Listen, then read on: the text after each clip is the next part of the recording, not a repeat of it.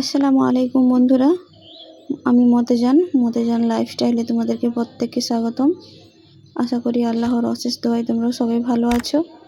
আমিও ভালো আছি, কিন্তু ততটাও ভালো নেই। তো এই বিষয়টাই আমি তোমাদেরকে জানাবো। প্রতিদিনের মতো আজকের সকালটাও আমার ঠিক সেইভাবেই হয়েছে, যেভাবে প্রতিদিন আমার সকালটা কাটে। তো প্রতিদিনের মতো আমি আজকেরও ভোরবেলা উঠে পড়েছি। উঠে প্রত্যেকটা মেয়েকে আমি ডেকে দিয়েছি, কারণ ওরা সবাই নামাজ পড়বে। যেহেতু এটা একটা মুসলিম প্রতিষ্ঠান, নামাজ তো পড়তেই হবে। তো নামাজ পড়ার জন্য উঠে দিয়েছি, নিজেও নামাজ পড়লাম। কিন্তু একটু বেলার দিকে দেখলাম আমার শরীরটা খুবই খারাপ লাগছে। তো কী করার, মেয়েদেরকে তো আমার তো ডিউটিটা তো করতে হবে। ওদেরকে যদি না কোনো কিছু বলে করিয়ে নিই, ওরা কিন্তু করবে না। ওরা পুরো একদম কেউ ঘুমিয়ে যাবে, কেউ আড্ডা দেবে। যার কারণে নিজেকে আবার উঠে গিয়েও ওদেরকে আবার ডাকতে হলো। যেহেতু ওদেরকে যদি না বলে কাজ করে নিই, ওরা কিছু করবে না।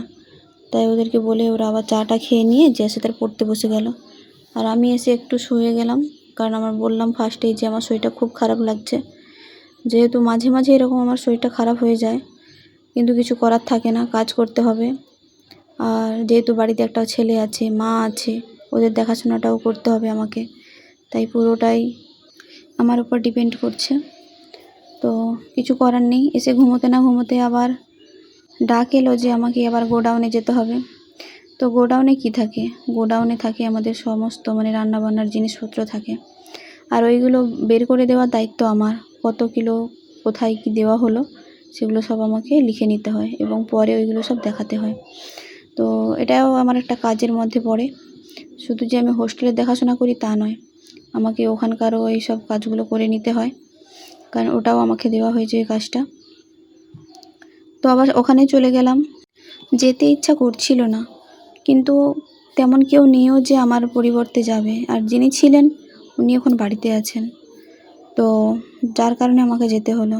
ওনারও মেয়ের শরীরটা অসুস্থ, তাই উনিও কী করে আসবেন, সেই জন্য আমাকেই যেতে হচ্ছে। আমাকে বেশিরভাগ কাজের বেশিরভাগ চাপটা আমার উপর পড়ে যাচ্ছে। যেহেতু এখন আমি একাই আছি, যার কারণে আমার উপর একটু বেশি প্রেশার পড়ে যাচ্ছে। তো যাই হোক, সব কিছুটা আমি ম্যানেজ করে নিতে পারবো।